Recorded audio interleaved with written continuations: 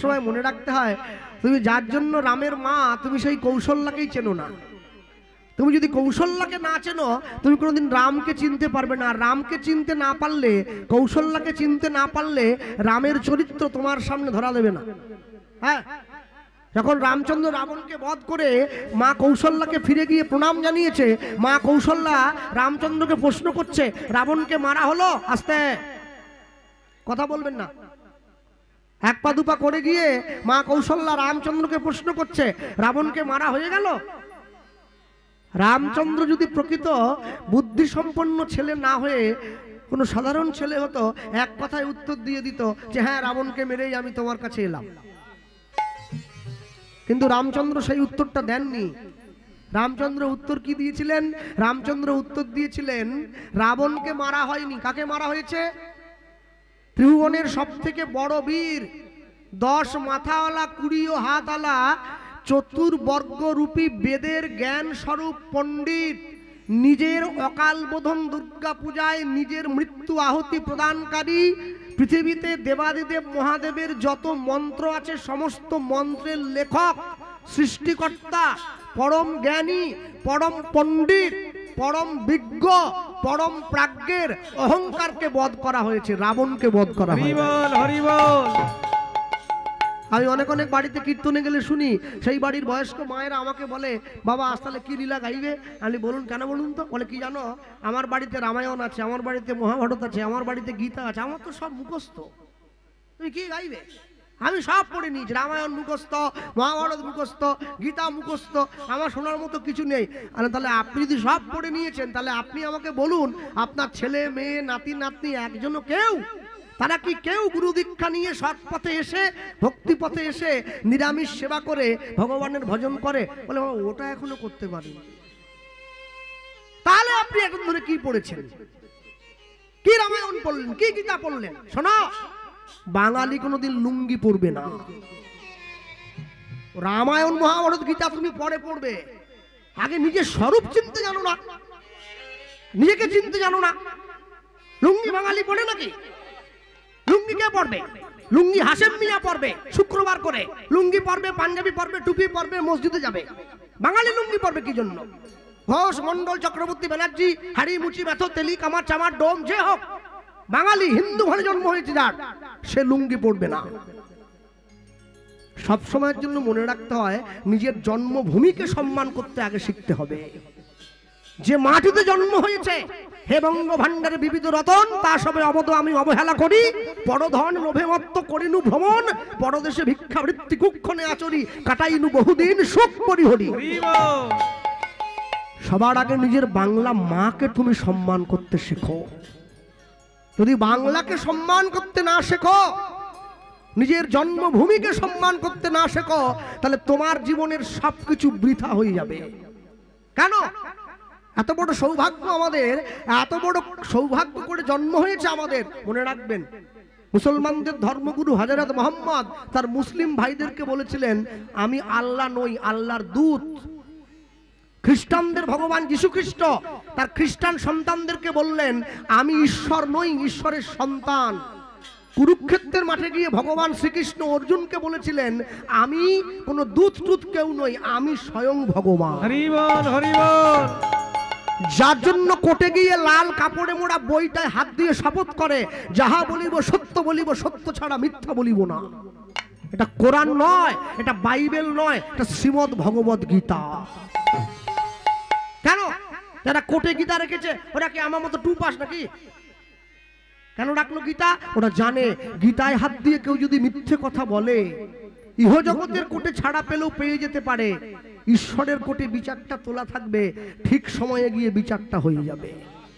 দেখেন না, দুর্গাপূজার সময় প্রত্যেকটা দোকানে দোকানে অ্যাডভার্টাইজ দিচ্ছিল, সোনার দোকানে সোনার গয়নার মজুরিতে 25% করে ছাড়। হ্যাঁ, লোকে লাইন দিয়ে সোনা কিনছে, সব সোনা, আপনি যা কিনবেন, কানের দুল কিনলেও 25% ছাড় আছে। মনে রাখবেন, সোনার গয়নার মজুরিতে 25% ছাড় থাকে। কেউ যদি ঈশ্বরের নাম অন্তর দিয়ে গ্রহণ করতে পারে, তার জীবনের 100% ছাড় হয়ে যাবে। হরি বল হরি বল। কেন 100%? কোনটা 25%? এক একটা মানুষ দুপুরবেলা ঘুমিয়ে বিছানায় গিয়ে দুপুরবেলা ভাত খেয়ে বিছানায় গিয়ে শুয়েছে, আর বিছানায় গিয়ে শুয়ে ভগবানের নাম গাইছে, আর ভগবানের নামটা গুনগুন করে গাইতে গাইতে ঘুমের মধ্যে প্রাণটা চলে গেল। কোনো কষ্ট নেই, কোনো ভোগান্তি নেই, কোনো টানা হেঁচড়া কিছু নেই, ঘুমের মধ্যে প্রাণটা চলে গিয়েছে, এটা 100% ছাড়।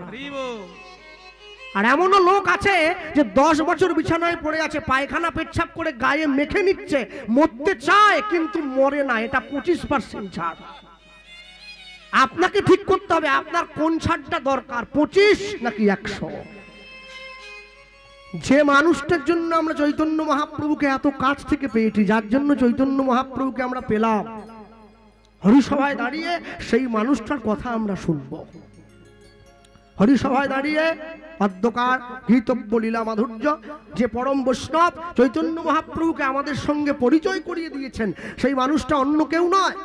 তিনি এই বঙ্গের মানুষ নয়, তিনি ওই বঙ্গের মানুষ, যাকে আপনারা বাংলাদেশ বলে বর্তমানে জানেন। এক কথায় বলা হতো পূর্ববঙ্গ, এটা পশ্চিমবঙ্গ। ওই বাংলাদেশের ফরিদপুর জেলার কাঞ্চনপল্লী গ্রামের 11 বছরের বিধবা মায়ের একমাত্র সন্তান। মা বৈধর্য পালন করছে, ছেলের বয়স 11। মায়ের কাছে গিয়ে হাত জোড়ো করে মাকে বলছে, মা আমায় বলতে পারো কোথায় গেলে গৌর পেতে পারি? মা সঙ্গে সঙ্গে বলছে, পড়াশুনো কর, খেলাধুলো কর, বন্ধু বান্ধবদের নিয়ে ঘুরে বেড়া, এই বয়স থেকে গৌর গৌর করে ছুটে বেড়ালে হবে? ছেলে বলছে, মা সবাই যদি চাকরি করবে তাহলে ভক্ত হবে কে? সবাই করছে, করুক না, আমি একটু অন্য পথে যাই, কলিযুগের মানুষকে গৌর দিতে হবে, মানুষের খুব দরকার। মা বলছে, খোকা আমি তো জানি না গৌর কোথায় আছে, তবে এইটুকু শুনেছি পশ্চিমবঙ্গের, ভারতবর্ষের পশ্চিমবঙ্গের নবদ্বীপ বলে একটা ছোট্ট জায়গায় কলিযুগের ভগবানের নাকি জন্ম হয়েছে। তুই যদি একবার নবদ্বীপে কষ্ট করে যেতে পারিস, পেলেও তুই পেতে পারিস, তবে হ্যাঁ নবদ্বীপের ঠিকানা কিন্তু আমার জানা নেই, তোকে লোককে জিজ্ঞাসা করে যেতে হবে। আর তখন তো গাড়ি ঘোড়া ছিল না, পায়ে হেঁটে আসতে হতো।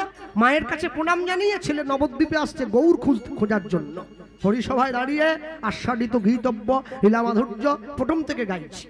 পরম বৈষ্ণব মহাজন শ্রীল বাসুদেব দত্ত ঠাকুরের শ্রী গৌরাঙ্গ গৌর প্রেমানন্দ হরি বল। মায়ের কাছে প্রণাম জানিয়ে ছেলে আসছে গৌর খুঁজতে। মোর গোড়া গুনে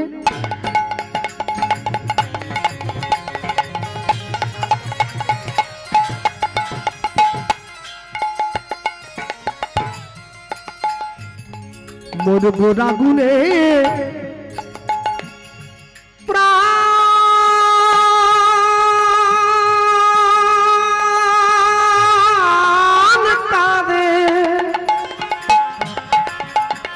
উলুধ্বনি হৃদয় গৌর হরি হরি বল।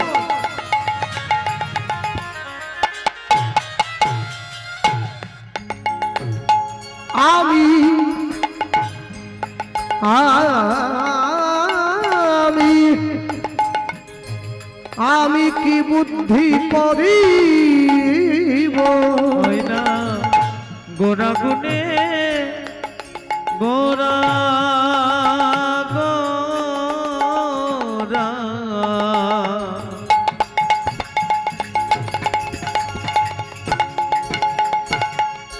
গোরা গুনে প্রাণ কাঁদে গোদায় আমার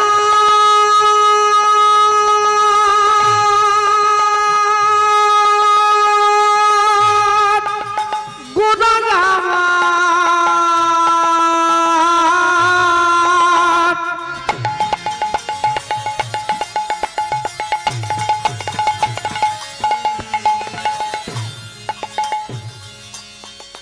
গোদায়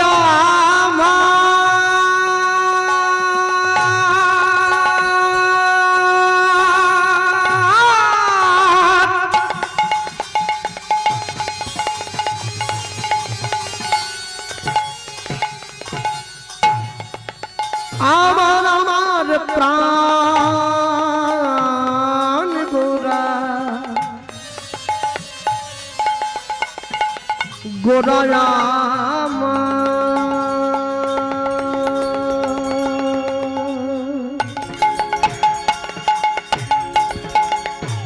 গোরা গুনে প্রাণ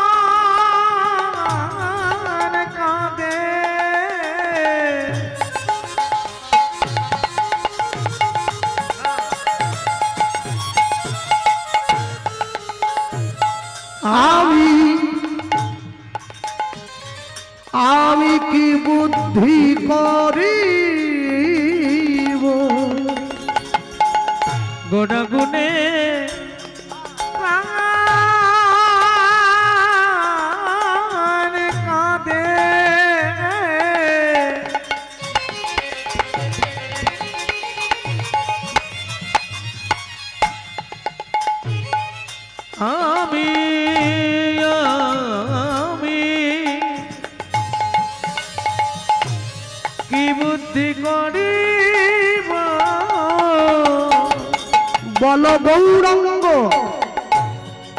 গুণের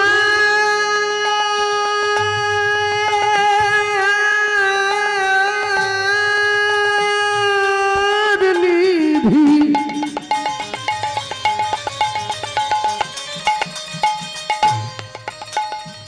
বল গৌরাঙ্গ গুণের নিধি আমি কোথায় গেলে পাবো বল গৌরাঙ্গ গুণের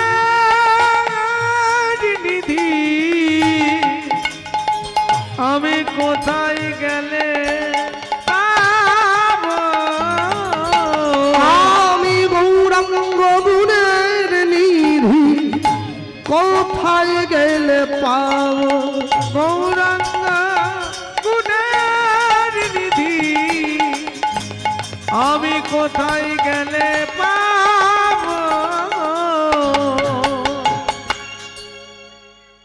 আমরা কদিন আগে বৃন্দাবনে ছিলাম, এখন 1 মাসও হয়নি, বুঝো থেকে এলাম। প্রত্যেক বছরই কম বেশি যাওয়া হয়। তো বুঝে গিয়ে একটা খুব সুন্দর একটা পরীক্ষা করেছিলাম জানেন। বৃন্দাবনে যারা গিয়ে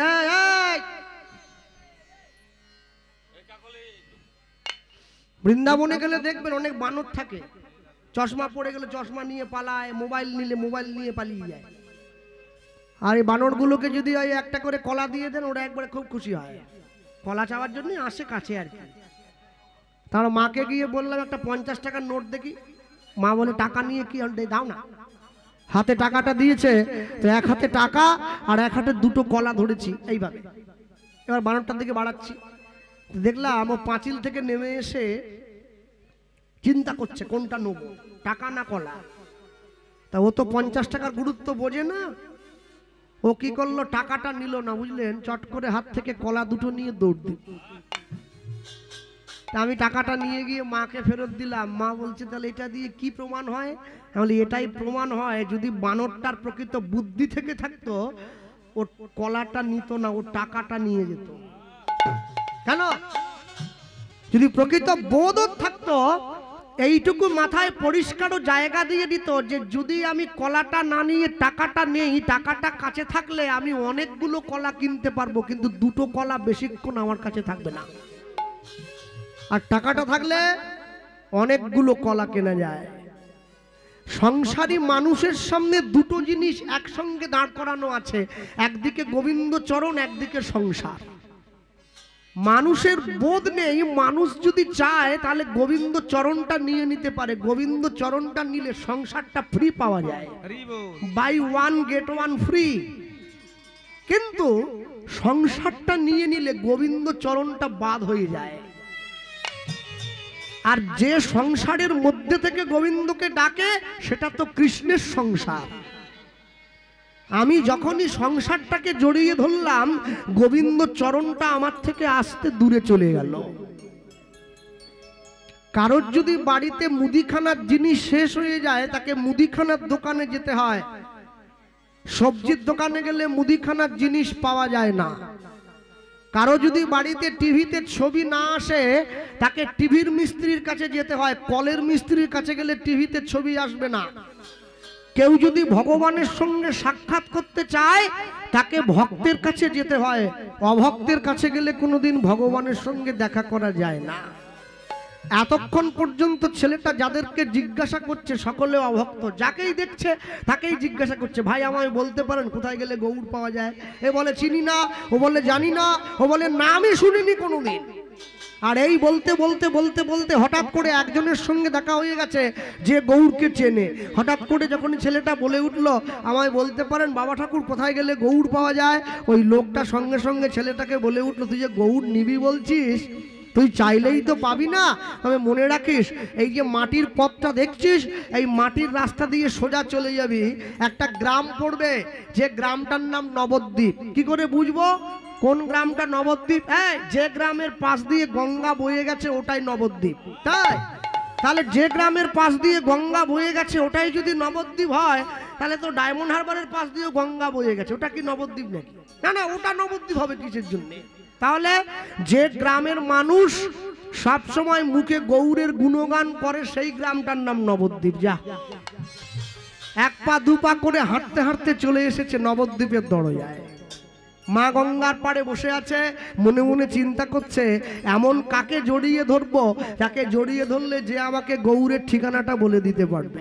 ভক্তমণ্ডলী, ভক্তিমতী মায়েরা, সকাল হয়ে গেছে। নবদ্বীপের মানুষজন এক এক করে সকলে গঙ্গায় স্নান করার জন্য ছুটে আসছে। আর ওই যে গঙ্গা স্নানের জন্য ছুটে আসছে, ছেলেটা মনে মনে ভাবছে এমন কাউকে একজন গিয়ে ধরতে হবে যে আমাকে গৌরের ঠিকানা সঠিক করে বলে দিতে পারবে।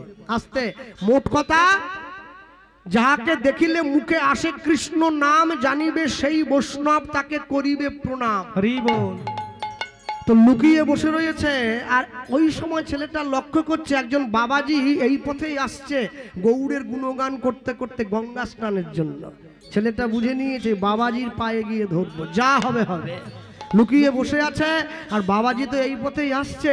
আর বাবাজি যে এই পথেই আসছে, ছেলেটা বাবাজিকে দেখতে পেয়েছে, কিন্তু বাবাজি ছেলেটাকে দেখতে পায়নি। বাবাজি তো এই পথেই আসছে, মানুষকে বলতে বলতে আসে। কি বলছে জানো তো? আমরা বলতেই পারি কি, ওই দেখো না, গৌরে রে সেই সোনার নদিয়ায়, এখনো দাওনি, হরিধ্বনি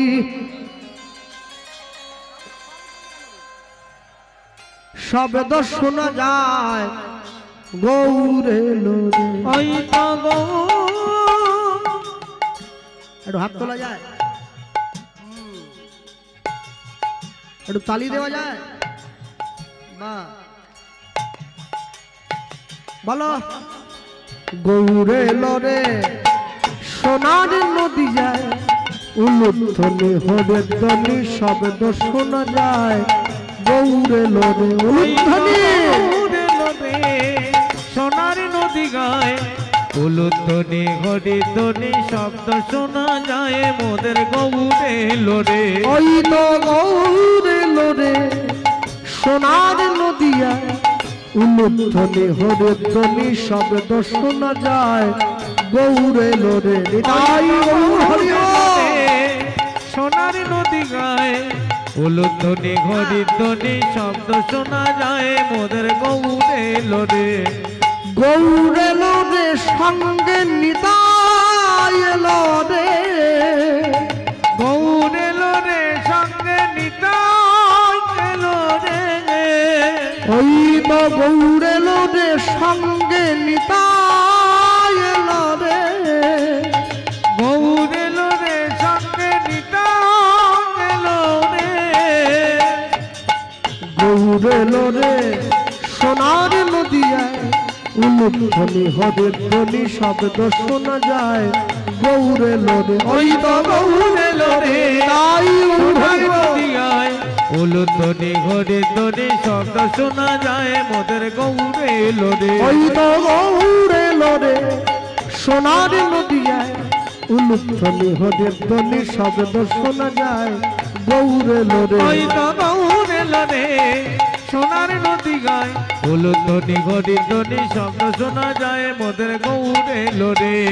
কে কে তোরা নাম নিবি রে ছুটে ছুটে আয়, কে কে তোরা নাম নিবি রে ছুটে ছুটে আয়। কে কে তোরা নাম নিবি রে ছুটে ছুটে যায়, কে কে তোরা নাম নিবি রে ছুটে ছুটে গায়। প্রেম জীবের লাগি নিতাই গৌর আপন বিলায়, প্রেম জীবের লাগি নিতাই গৌর আপনে বিলায়। ওই তো গৌরে লোরে সোনার নদিয়ায়, উলুধ্বনি হরে ধ্বনি শব্দ শোনা যায় দেখো গৌরে লোরে। হরি হরি সোনার নদী গায়, উলুধ্বনি হরি ধ্বনি শব্দ শোনা যায় মোদের গৌরে লোরে। ওই তো গৌরে লোরে সোনার নদী গায়, উলুধ্বনি হরি ধ্বনি শব্দ শোনা যায় মোদের গৌরে লোরে। ওই তো গৌরে লোরে সোনার নদী গায়, উলুধ্বনি হরি ধ্বনি শব্দ শোনা যায় গৌর এলো রে শ্রী গুরু নিতাই গৌর প্রেমানন্দে হরি বল নিতাই গৌর প্রেমানন্দে হরি হরি বল